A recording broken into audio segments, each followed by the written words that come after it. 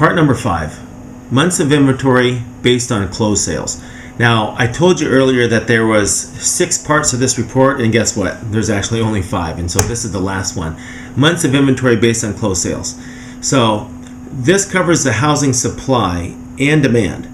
So a normal market, let's establish what a normal market is, and that's where a market where the inventory levels are 3 to 6 months. That's an average amount of homes for sale, or what we call inventory for sale.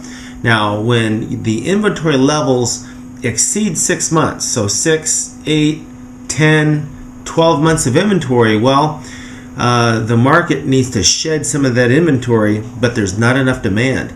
And so what happens is that really creates a buyer's market where the buyers, they can pick and choose.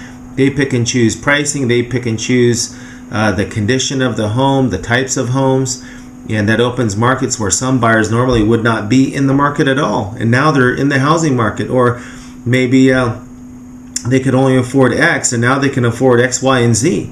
So it really gives a lot more leverage and advantage to a home buyer at that time. Homes are harder to sell. They take longer to sell. A seller has to give a lot more concessions as far as looking at buyer's bonuses, paying buyer's closing costs, reduced pricing or softening sales prices, a lot more items on a home inspection. So there's a lot of things, a lot of dynamics that change when a market shifts from a buyer's to a seller's market and then back to a buyer's market. So let's talk about what a buyer's market is. And a buyer's market is typically when our inventory levels are reduced. So when you're below 4 months of inventory, let's say 3 months or 2 months of inventory, you've really got an inventory problem.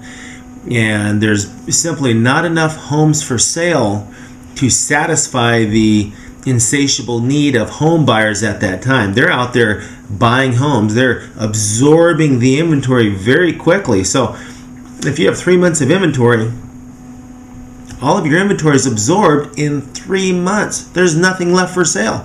And so as real estate agents in those type of markets, we're really trying to get as much inventory as possible. It's great for sellers because the homes can be in almost any condition and they sell. Because, after all, you've got the value of the land, the value of the dirt, the structural improvements with the land, if it's sewer or septic systems, electricity, and then you have the raw shell of the house. So no matter what, in an up market, when there's few homes for sale, that's really a seller's market, huge advantage for sellers. So when we look at these reports, month supply of inventory where it's down and then inventory goes up, you need to look at that to really identify when's a good time to sell your home, and then listen to the news. Read your newspapers, Google, look at what's happening with the banks. Are they holding back on foreclosure inventory? Are they going to unload the inventory onto the market? And then look at how many homes are being listed actively every single month. That's why these reports are so valuable. Months of inventory, the supply and demand, all that's economics 101 is supply and demand. So hope that gives you some clarity on these reports that I'm going to be sharing with you.